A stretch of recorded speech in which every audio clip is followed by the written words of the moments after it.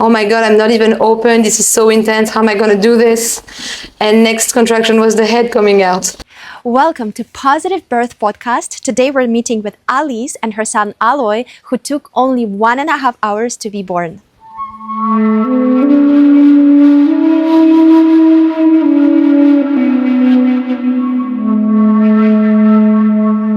Aloe was born in a very special way, very beautiful and special way, and I invite you to share a bit of a story about that, sharing how the birth went. So it was one day before the full moon, so really already full moon energy. I woke up at midnight with really big contractions already, and you were sleeping, and then so I knew it was the time. So we set up the pool, fill up the pool, the birth pool, ran out of hot water real fast, and then the contractions were more intense, and in 1.5 hours, just the time to set up the music, the candle, and then Aloe was here, and I remember me saying to my partner at the time, oh my God, I'm not even open. This is so intense. How am I going to do this? And next contraction was the head coming out. And then I remember calling my doula, not picking up, but that's what I was demanding for. So that was my dream, to give birth without anybody, just my partner and the baby and my daughter sleeping next door. And then, and then after this 1.5 hours, we stayed a little bit in the bathtub. Then you came, then the midwife came, and then it was a longer time for the placenta to come. Placenta, I think it took almost 4 hours. And this was to me the most frustrating part, the most, But the birth was amazing. It was magical. So it was really fast. It was basically. It was really fast. And to be honest, I was demanding for a fast birth. Yeah. Because I think I mean, my first birth was already really fast. It was 5 hours, but this one 1.5 hours, and it took me 10 days to process the birth. I'm just going to put it a bit higher, okay? Yeah. And then I'll cut it out.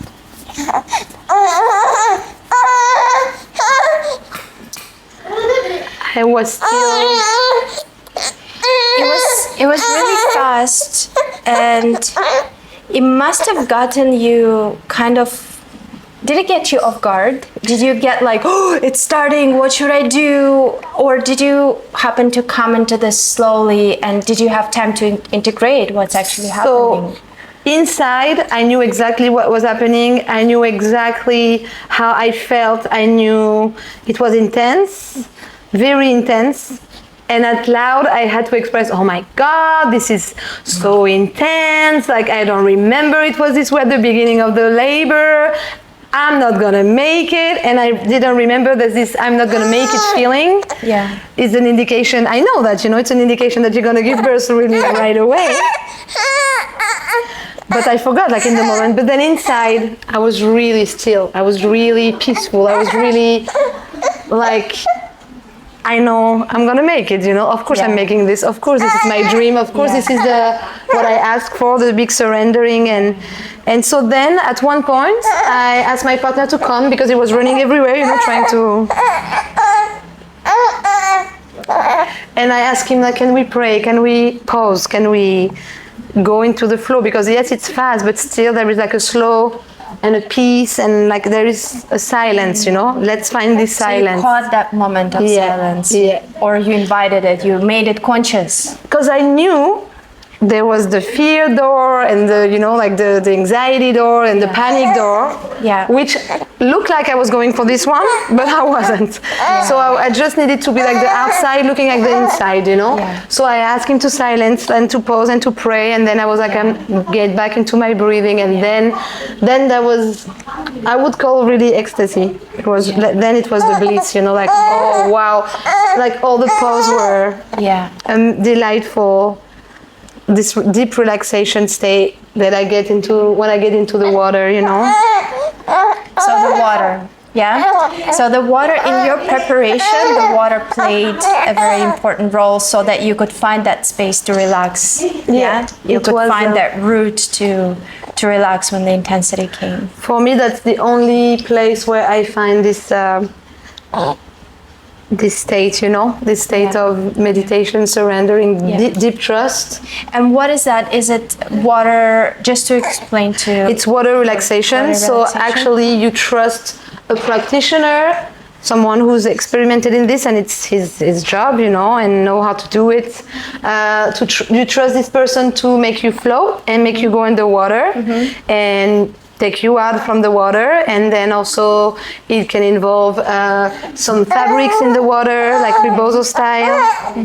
And yeah, and it happens that I found that I was demanding this, you know, I was asking for this, and I found you and you were doing it, and that was the best. That was the best, because then I feel like we also could build this connection that I was really also needed. Yeah.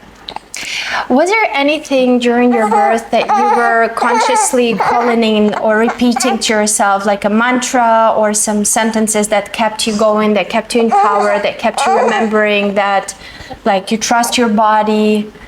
Was there anything like that that was present? I feel my breath was saying this, but I would say I surrender. Like, that's what I was repeating. That was my obsession, to know. I wanted to know what surrender is, you know. Like, I was so, Yeah. You want to take a moment? Yeah. Let's take a moment. Oh, my love. Yeah, so I surrender. I surrender, and I trust my body. Like, my body knows. I trust my body. And then also I was really,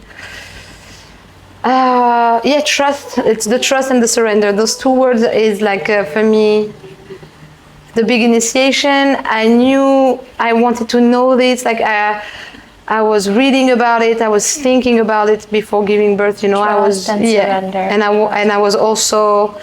That's how I experienced my pregnancy, by trusting my body, not doing any checkups. We're not saying. It's a secret. So yeah, I would say that trust and surrender were two things I knew I didn't know, I didn't experience in this life on a deeper level. And that I wanted to experience that, and that's what I experienced. And I wasn't even asking for bliss. I mean, I was asking for blissful birth, but this was not even, you know, I was like, whatever, you know, I just like, and it was blissful. It was blissful, and still to this day, even after experiencing, you know, so like the craziest events after the birth, it's still this bliss, you know, this wave. And I feel like the way I've birthed is defining so much of what we are experiencing right now as a family. And did you have any fears before you went into birth, and how did you cope with them? Yeah, so that's also a thing, because people, especially women, you know, who already gave birth in hospital, stuff like that, they're like, oh my God, Alice, you're so brave, like you didn't have any fear. And it's so interesting to imagine that like women who give birth at home don't have fear, because I had so many fears, you know. Of course, like, it's a special event with so many things that are unknown. Even though you're preparing for something you don't know. So it's like, of course there were fears, but I didn't choose them. So that's, I think, and I faced them. I visited them, not in a way where it was like taking all over, like I was not allowing all the fear to take all over myself. But during the pregnancy, I had many fears, so I will write them down. I will read it out loud to someone, like someone witnessing it. Then the fear was being like so much smaller, you know, burning it.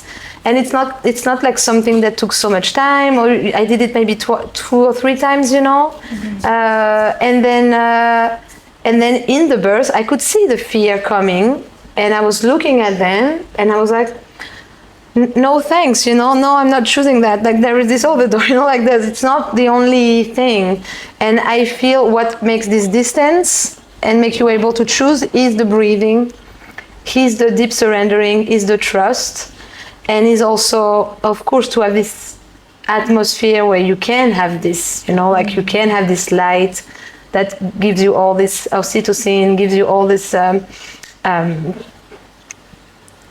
safety and to be able to create this space and choose and be able to choose consciously, am I choosing fear, am I choosing this, where do I go, you know, like where I want to go. And you can really be like witnessing and but choosing. It doesn't mean like you have to act physically, but choosing like consciously, and then the body follows that, you know. Yeah. So yes, I had fears, many fears. Yes. I had fears, like of course I had fears. And it's really wonderful what you said about facing your fears, recognizing them, but not letting them take over. Because I think that your fears start growing and they start taking over when you reject them. When you're completely trying to lock them down and not let them out. This Ignore is when them. Yeah, and it's like ignoring them as if they don't exist. But the more you ignore them, like, the more hello. they're like out there with the red flags. Yeah. So yeah, it's really important to speak them out, talk to people, burn them, like as a ritual, because ritual is a very powerful thing, but also find other ways. Maybe some fears are not even justified, you know, maybe it's like some story that you heard from someone, something happened, and it's like overpowering your entire consciousness. I was especially burning these ones, the one that don't belong to me, because there were so many, no? Don't belong to me. Yeah, the one that don't even belong to you, and you're like, I don't even have that fear, you know. And also I avoided because for me it's a big thing, you know. I have a big imagination, so the words like have images, and so I was trying not to listen to so many birth explanation, the process of birthing, you know, because all these words like stay with me, you know. I remember the word fragmentation. Oh my God, like I've heard like a midwife saying fragmentation, you're gonna be fragmented, and this word was like, oh my God, became like this huge fear. I was like, oh my God, what is fragmentation? Like I had this image, you know. Then so I had to process that, and I was like, I don't want to have so many words. So really like again, what's like here, it's my body, my feeling, and If you were to put it in one sentence, what kept you empowered? What kept you in your power, in your strength, in your core?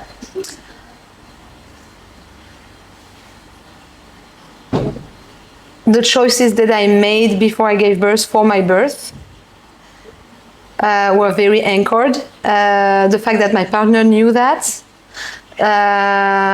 in one word, it's tough. I feel what kept me empowered is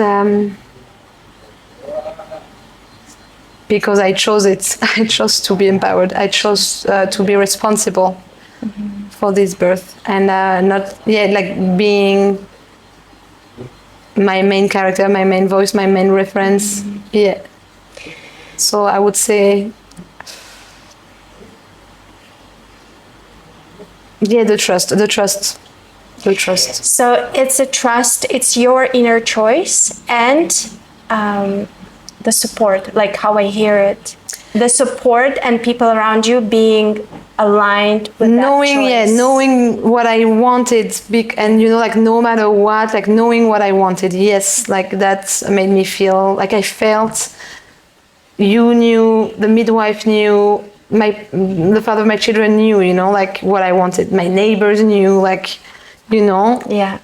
So this, I feel I didn't keep it for myself, and it was not like a fantasy, a wish, like I wish I have this birth. Of course, like this is what I want because I prepared for this, you know, like I know I can do this, not because I imagine I can, but because I know, like in my body I've experienced that I can, like I know I can, like Okay. Imagine your daughter is going to grow into a woman one day. She's going to get pregnant and she's about to give birth. What would you tell her?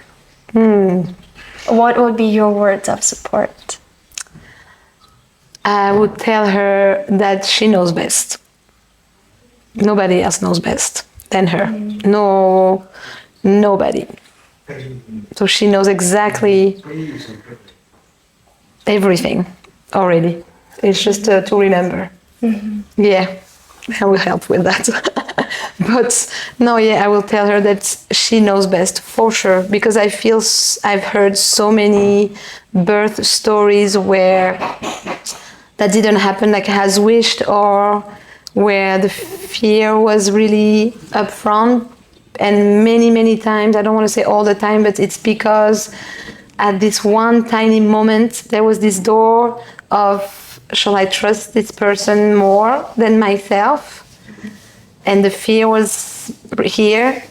And so it goes lack of trust in yourself, like this lack of trust in yourself. And then after you have no control because you gave your power away. So yeah, I will tell her she has all the power. Thank you. Yeah. Thank you for this question. So oh my God, I never thought about this yet. She's 4. I'm like, But I will tell the same to my son, you know, also because I think that's really important. Like the person you're gonna invite into your circle and Yeah. Alice, thank you so much for sharing your story. Thank you so much for empowering hundreds and hopefully thousands of women who are going to watch this video. It's a very important message that we as sisters, as women, can carry across, and we can empower and inspire each other. And I would say also, now it's in my daughter's DNA, you know? Yeah. And I feel that is the most important transmission you can do for like the future humans, you know, that we don't lose this knowledge, because this is, I think, the most ancient and most magical knowledge, and it's nice to share verbally about it, but also to experience it in our body. Then that's the only way it stays here. Yeah, it's the only way. Because yes, these are the codes that you create. This is the healing that you create for your female women's lineage and the generations to come. So this job is not just you know, for your and your child's experience. This is for all the women that are going to come after. Yes. Otherwise it'll be forgotten, and then we will have to do all this process to remember it again, and we know it takes a long time. Yes. So yeah. Yes. Thank you so much, my darling.